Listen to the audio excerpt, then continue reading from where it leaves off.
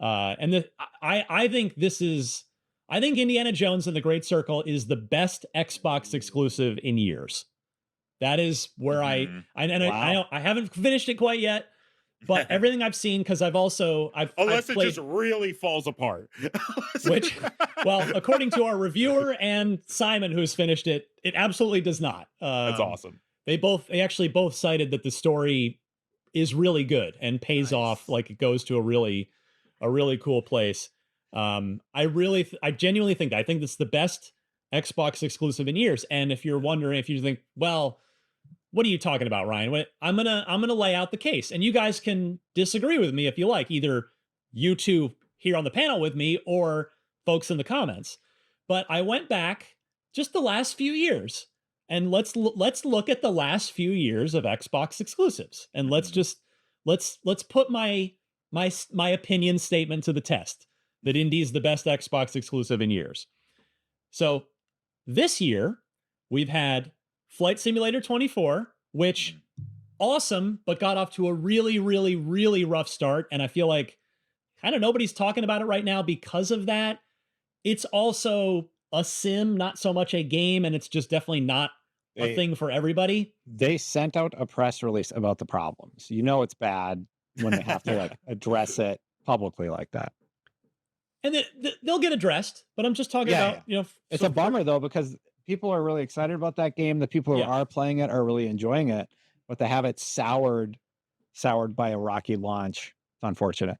Yeah. Mhm. So we have Flight Sim this year.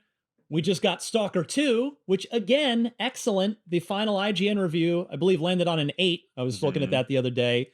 So just on score wise, not as high as the 9 we gave Indy, but again, great game. Also, like Flight Simulator, ravaged by bugs and technical issues at launch that Well, are, I would say most of that stuff was pre-release, so the reviewers encountered more technical bugs than at launch. Because I waited for launch, Sh and it was a night and day difference from what we played good. before launch. And they patched it what, Mark? They 3 times? they did. Yeah, every time we logged in, it was like, here's a new Yeah. like 40 gig patch. But I will say like that because I thought that too. Like a lot of the audience, a lot of like people on Blue Sky and stuff like that were like they were playing a different version. That I mean, that's not true. We were playing a more buggy version, Yeah. but we did see people getting like progress blockers and stuff. And they put Mhm. out a patch, I want to say 2 days after launch, that I had think like when it went out today. yeah, it had like Yeah. 600 progress blocking fixes Yeah. Mhm. 2 days after launch. So Which I is hear it's in a significant. really good state now, like a Yeah. much better state now. I'm so happy that game is being celebrated. Oh, It's really fun. absolutely. Mhm. Yeah. Absolutely. Deservedly so. Mhm. And then the other big Xbox exclusive this year was Hellblade 2, a game we all I think pretty well agree was absolutely gorgeous, probably the Mhm. best looking Xbox game ever to this point, but It's a commercial for their studio, like not enough gameplay there, yeah. right? Yeah. Not enough. Yeah. It's a very, very, very pretty walking simulator, which, Yeah. not that that's a bad thing, but I think a lot of us we're kind of hoping for a little more there. So Mhm. I think we ended up giving Hellblade 2 a 7, if I remember right. So Mhm. okay, Indiana Jones and the Great Circle is, in Ryan McCaffrey's opinion, the best Xbox exclusive in years. So far, we're good on 2024. It's the best Xbox exclusive this year. I think we all agree. Yeah. Let's go back to last year. What about Pal World, Starfield. Ryan? What? What about Good. Pal World? Pal World? Pal It's a World good was call, cool. actually. Yeah. Yeah. Pal World was good. Yeah. Uh, would I wouldn't call it indie good, but Yeah. you could make a, I think we gave it like an 8. yeah. That's mostly a Um, joke. We gave Stalker That's 2 an okay. 8. No, Power World's a lot of fun. Yeah, I it's wouldn't great. like I Yeah. wouldn't scoff at it. It was very popular. I know they're getting sued by Nintendo for using the Pokeball mechanic, which Nintendo retroactively copywrote or whatever, like last year. Anyway, I think it's cool. I think it's Yeah. cool that Power World popped off like that, and everybody can play it now. It's on everything. Yeah. Yep. So the big one from 2023 last year obviously was Starfield. Mhm. Now, some people may very well say no, that's the best Xbox exclusive in years. And I wouldn't argue with those people. But I think when we now look back with a year of hindsight on Starfield, like yeah, there was quite a hubbub when IGN gave that game a 7 at launch, but then as the more time everybody spent with it, that 7 kind of normalized, and people were getting off our case about it, because you could see as sorry if that's I don't know if that's coming through. The puppy is just like it is. I was sleep like, groaning is that back like there. red in our ears? Nope, it's a dog. I thought it was red. I thought it was a red. producer.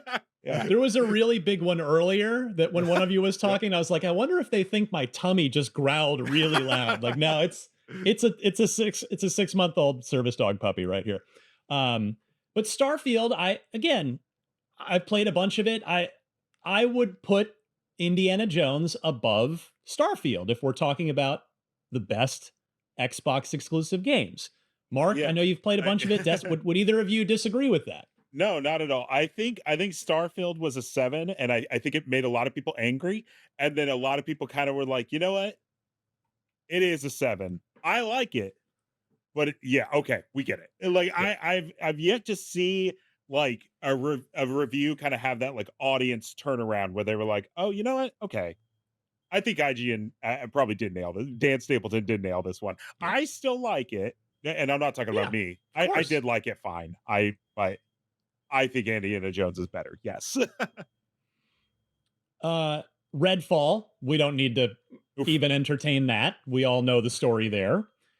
And the other big one, two other big ones from 2023, Forza Motorsport, the next gen sim reboot, which again, totally great, but I think both in the moment and as time has gone on, I think even Forza fans would say, yep, this was totally great, but not quite up to the like 10 out of 10 holy shit kind of standard that series has typically set for itself. I will say I put 100 hours into Forza Motorsport. Yeah, like I went hard on that game, but they patched it at some point. They took away all my glitch money, and I'm like, I'm done. Yeah, I'm like, I earned that glitch money. Forza team, Destin the Exploit Ligari. Yeah, you could like burn out in a circle, and it would just generate millions and millions of dollars, so you could buy all the cars. And then they nuked it, and like, yeah, I don't know. I really liked Forza for the time I had with it, and then I think 100 hours is enough. Yeah.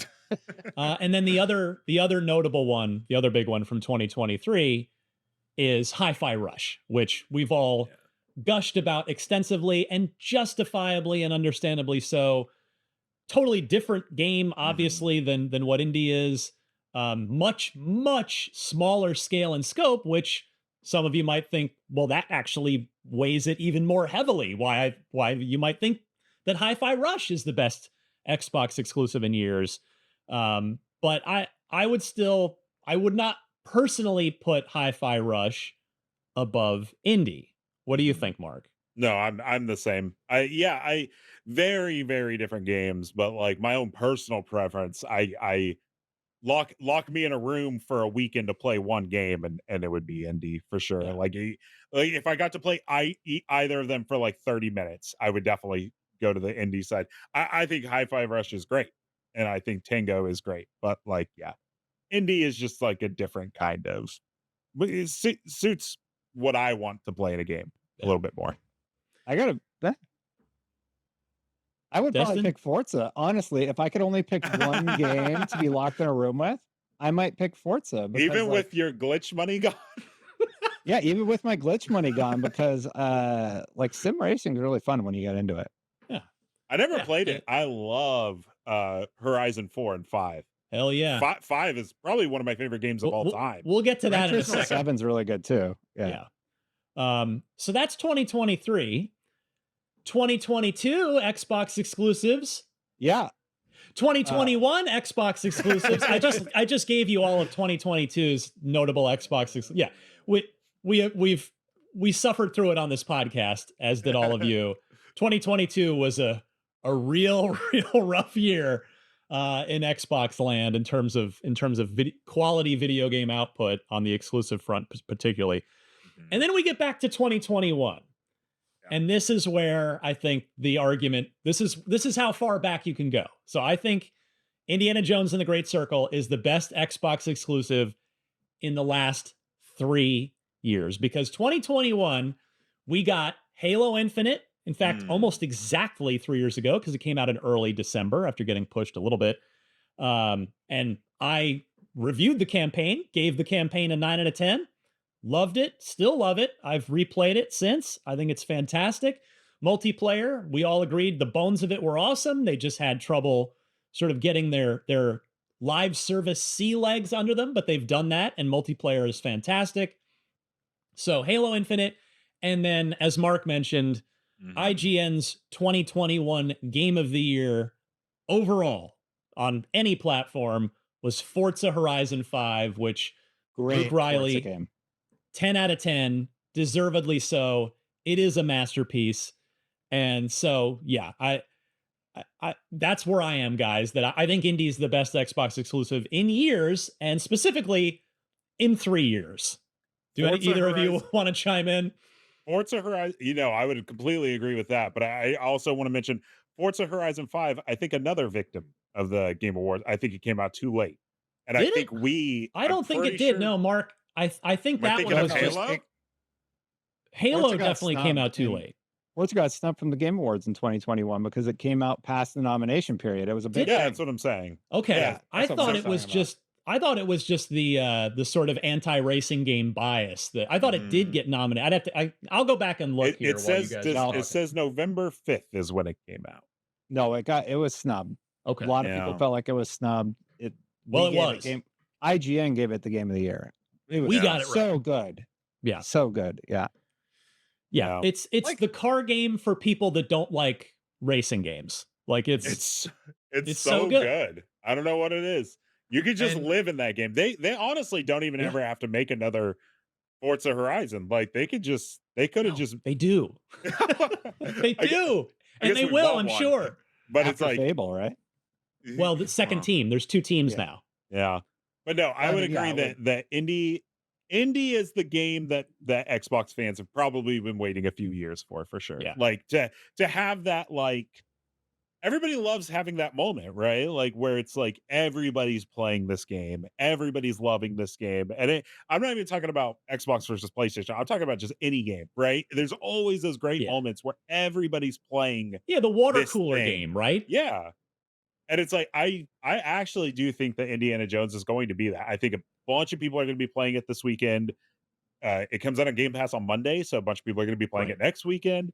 And I think it's going to kind of create a lot of buzz. I think people that have kind of like been down on it or just not interested are probably going to get swayed by the buzz, because I know I'll be shouting from the rooftops. I'm just not allowed to yet, except for No, you are now. Like, Now on I this can. podcast. Yeah. yeah. Now I can. Indie Listener. good.